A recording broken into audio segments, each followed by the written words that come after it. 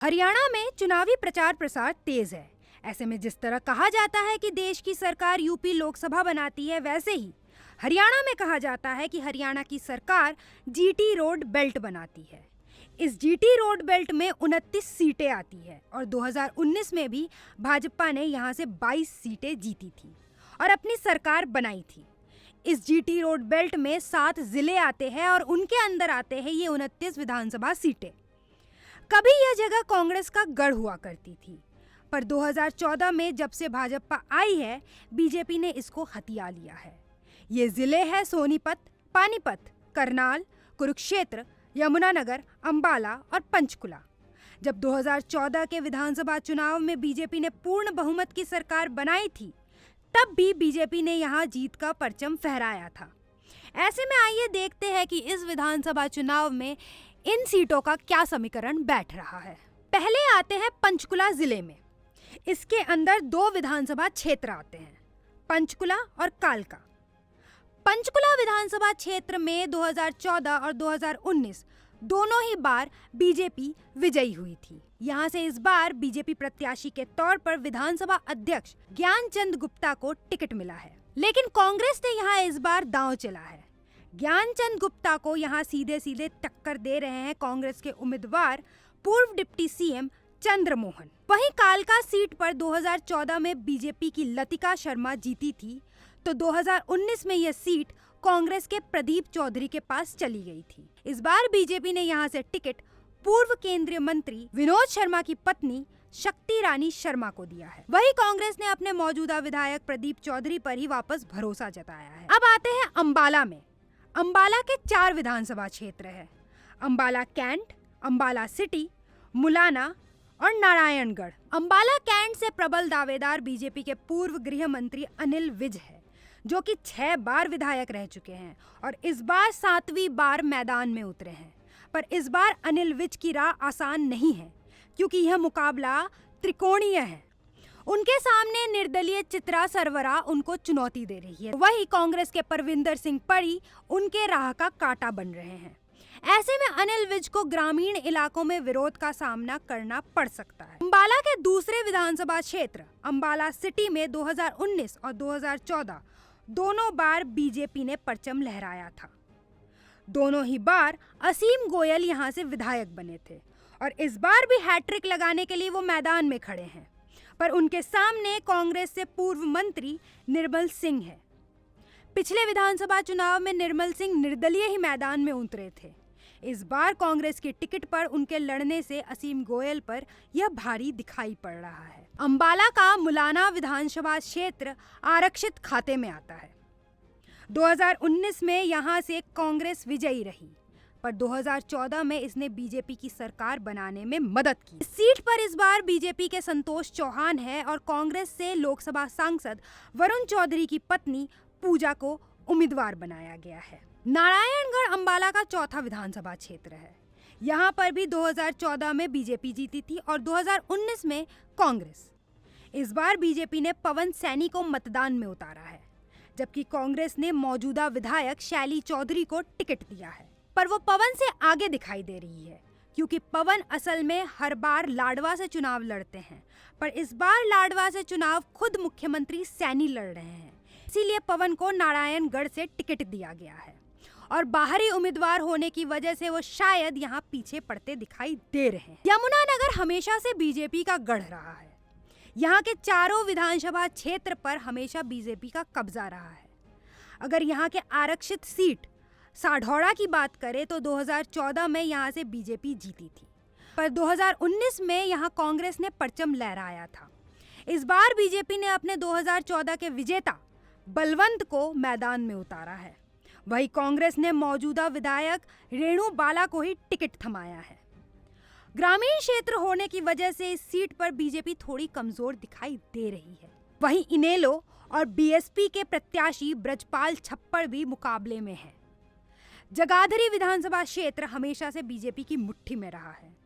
2019 और 2014 दोनों ही बार यहां पर बीजेपी जीती थी। यहां से भाजपा प्रत्याशी कैबिनेट मंत्री कंवरपाल गुर्जर है, तो वही कांग्रेस ने अकरम खान को उम्मीदवार बनाया है। रादौर विधानसभा क्षेत्र 2014 में तो बीजेपी का था, पर 2019 में यह कांग्रेस के पास चला गया। इस बार बीजेपी ने 2014 के विधायक रहे श्याम सिंह राणा को रण में उतारा है, जबकि 2019 में उन्हें टिकट नहीं मिला था। शायद इसी वजह से बीजेपी के पास ये सीट नहीं गई। कांग्रेस ने यहां मौजूदा विधायक किशनलाल सैनी को फिर मौका दिया है। 2014 के विजेता होने के कारण श्याम सिंह राणा इस बार भी आगे दिखाई दे रहे हैं। धर्म नगरी कुरुक्षेत्र ये कभी कांग्रेस के पास जाती है तो कभी बीजेपी को राजा बनाती है। इसके 4 विधानसभा क्षेत्र है और इनमें से लाडवा भी एक है। यह वही सीट है जहां से इस बार मुख्यमंत्री सैनी चुनाव लड़ रहे हैं। लाडवा 2014 में बीजेपी की थी। 2019 में इसने कांग्रेस को जिताया। इस बार यहां से बीजेपी के लिए खुद मुख्यमंत्री नायाब सिंह सैनी चुनाव लड़ रहे हैं, जबकि कांग्रेस ने मौजूदा विधायक मीरा सिंह को उम्मीदवार बनाया है। पर मीरा सिंह यहां सैनी को कड़ी टक्कर दे रही है, इसीलिए नायब सिंह सैनी के लिए ये चुनाव जीतना आसान नहीं है। कुरुक्षेत्र का दूसरा विधानसभा सीट शाहबाद आरक्षित सीट है।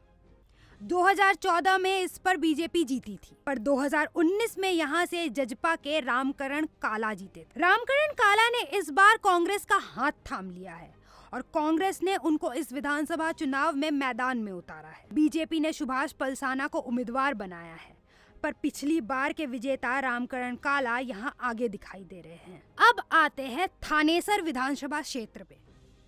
2019 और 2014 दोनों ही बार बीजेपी यहां से जीती थी और इस बार भी इस जीत को बनाए रखने के लिए बीजेपी ने मौजूदा विधायक सुभाष सुधा को टिकट दिया है। कांग्रेस ने इनेलो सरकार में मंत्री रहे अशोक अरोड़ा को मैदान में उतारा है, पर एंटी इनकम्बेंसी फैक्टर की वजह से इस सीट पर कांग्रेस उम्मीदवार भारी दिखाई दे रहे हैं। अब आते हैं पिहोवा पर। 2014 में जब भाजपा की लहर चली थी तब यहाँ से इनेलो जीती थी। 2019 में यहाँ भाजपा विजयी हुई थी। इस बार बीजेपी ने पूर्व मंत्री संदीप सिंह की जगह जय भगवान शर्मा को मैदान में उतारा है और कांग्रेस ने पूर्व मंत्री के बेटे मनिंदर सिंह चिट्ठा को टिकट दिया है। एक सिर्फ बीजेपी को छोड़कर ही बाकी सभी दलों ने यहाँ सिख चेहरे को तरजीह दी है और किसान बेल्ट होने की वजह से यहाँ भाजपा को कड़ी चुनौती मिल रही है। करनाल, सोनीपत और पानीपत जहाँ हमेशा से भाजपा आई है, यहाँ के विधानसभा क्षेत्र में से ज्यादातर में बीजेपी का कब्जा रहा है।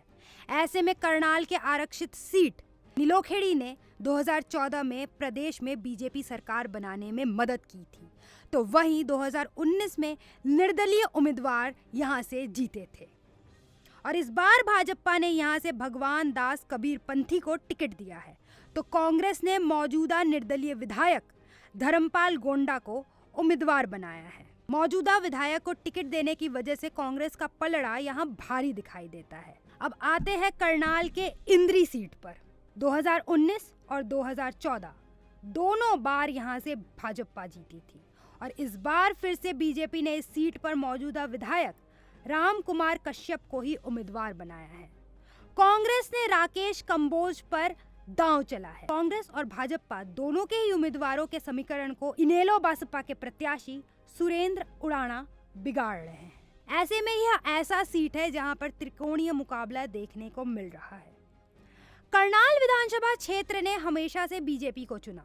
इस बार बीजेपी ने जगमोहन आनंद को चुनावी दंगल में उतारा है। कांग्रेस ने सुनीता सिंह को उम्मीदवार बनाया है। जगमोहन आनंद जहां इस सीट पर पूर्व सीएम मनोहर लाल के करीबी होने का फायदा उठा रहे हैं, वहीं कांग्रेस उम्मीदवार यहां भी एंटी इनकम्बेंसी के सहारे दांव पेच लड़ रहे हैं। करनाल का घड़ौंडा यह भी उन्हीं 29 सीटों में से एक है जहां कांग्रेस और भाजपा दोनों के ही उम्मीदवारों के समीकरण को 2014 और 2019 दोनों बार बीजेपी जीती। यहाँ से 2 बार के मौजूदा विधायक हरविंदर कल्याण फिर से बीजेपी के लिए लड़ तो रहे हैं, उनके विरुद्ध कांग्रेस ने वीरेंद्र राठौड़ को मैदान में उतारा है। अब आते हैं असंध पर। 2014 में यहाँ से बीजेपी जीती थी और 2019 में यहाँ से कांग्रेस।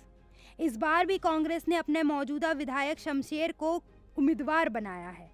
वही भाजपा ने जोगिंदर राणा पर दांव चला है। यहाँ भी फाइट त्रिकोणीय ही देखने को मिल रही है, क्योंकि इनेलो ने अपना प्रत्याशी गोपाल राणा को बनाया है। बीजेपी और इनेलो दोनों के ही प्रत्याशी यहाँ राजपूत है, इसीलिए राजपूत वोट यहाँ बढ़ता दिख रहा है। पानीपत जिले के 4 सीटों में पानीपत ग्रामीण, पानीपत शहरी दोनों ही जगह 2014 और 2019 में बीजेपी जीती थी, और इस बार पानीपत ग्रामीण में बीजेपी ने मौजूदा विधायक महिपाल डांडा को चुनाव में उतारा है। कांग्रेस ने सचिन कुंडू को टिकट दिया है, पर यहाँ निर्दलीय विजय जैन दोनों ही प्रत्याशियों को काफी अच्छी टक्कर देते दिख रहे हैं।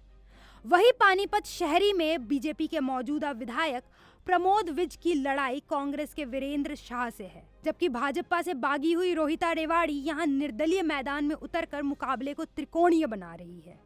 पानीपत का आरक्षित सीट इसराना 2019 में कांग्रेस के पास था और 2014 में बीजेपी के पास। बार के विधानसभा चुनाव के लिए बीजेपी ने सीट पर राज्यसभा सांसद कृष्णलाल पवार को उम्मीदवार बनाया है, जबकि कांग्रेस ने मौजूदा विधायक बलबीर वाल्मीकि पर ही दांव खेला है। समालका कभी बीजेपी का नहीं हुआ। 2014 में यहां से निर्दलीय विधायक की जीत हुई थी, तो 2019 में यह कांग्रेस के पास था। कांग्रेस ने मौजूदा विधायक धर्म सिंह छोकार को मैदान में उतारा है। वही बीजेपी ने मनमोहन भड़ाना को उम्मीदवार बनाया है। ये दोनों गुर्जर समाज से आते हैं, पर निर्दलीय प्रत्याशी और पूर्व विधायक रविंद्र मछरौली मुकाबले को कड़ा बना रहे हैं। कांग्रेस और भाजपा दोनों के ही प्रत्याशी गुर्जर होने के कारण यहाँ पे गुर्जर वोटों का बंटवारा हो रहा है। सोनीपत का गन्नौर, यहाँ से 2014 में कांग्रेस जीती थी और 2019 में यहाँ से भाजपा को जीत मिली थी। इस बार यहाँ का त्रिकोणीय मुकाबला काफी चुनौती भरा है। बीजेपी के प्रत्याशी यहाँ देवेंद्र कौशिक है और कांग्रेस के पूर्व विधानसभा स्पीकर कुलदीप शर्मा इस विधानसभा चुनाव में लड़ रहे हैं। इस बीच बीजेपी के बागी निर्दलीय देवेंद्र कादियान भी इस मुकाबले में कड़ी चुनौती दे रहे हैं। राई विधानसभा क्षेत्र 2014 में कांग्रेस की थी और 2019 में भाजपा की। इस बार यहाँ का मुख्य मुकाबला बीजेपी की कृष्णा गहलावत और कांग्रेस के जयपाल अंतिल के बीच में है। सोनीपत का आरक्षित सीट खरखौदा हमेशा से कांग्रेस का रहा है। इस बार यहाँ बीजेपी ने पवन खरखौदा और कांग्रेस ने जयवीर वाल्मीकि को मैदान में उतारा है। जयवीर वाल्मीकि यहाँ इस बार हैट्रिक लगाने के लिए उतरे हैं, पर यहाँ इस बार बीजेपी कांग्रेस को काफी अच्छी टक्कर दे रही है। सोनीपत विधानसभा क्षेत्र 2014 में बीजेपी ने जीता, पर 2019 में इसे कांग्रेस ने कब्जा किया था। इस बार बीजेपी ने कांग्रेस के बागी सोनीपत के मेयर निखिल मदान को उम्मीदवार बनाया है, जबकि कांग्रेस ने मौजूदा विधायक सुरेंद्र पवार पर दांव खेला है। गोहना विधानसभा क्षेत्र 2014 और 2019 दोनों ही बार कांग्रेस का था। इस बार बीजेपी ने पूर्व सांसद अरविंद शर्मा को यहां से उम्मीदवार बनाया है, जबकि कांग्रेस ने मौजूदा विधायक जगबीर मलिक को ही टिकट दिया है। निर्दलीय उम्मीदवार अरुण निनानिया बीजेपी का खेल बिगाड़ते दिख रहे हैं। ऐसे में इस सीट पर कांग्रेस एक बार फिर मजबूत हो सकती है। ऐसे में जीटी रोड बेल्ट को लेकर राजनीतिक जानकारों का कहना है कि यहाँ इस बार भी ज्यादातर सीटों पर कांग्रेस और बीजेपी का मुकाबला देखने को मिल रहा है। जहां बीजेपी ने 2014 में इस बेल्ट पर सबसे अधिक सीट जीते थे, तो 2019 आते आते यह आंकड़ा थोड़ा कम हो गया था। पर इस बार बीजेपी की पकड़ इस सुनहरे बेल्ट पर काफी मजबूत दिखाई दे रही है और पिछले चुनावों के मुकाबले इस बार बीजेपी इस बेल्ट में ज्यादा सीट जीतती दिखाई दे रही है। ऐसे में देखना यह है कि जीटी रोड बेल्ट बीजेपी को जीत की राह तक ले जाती है या नहीं।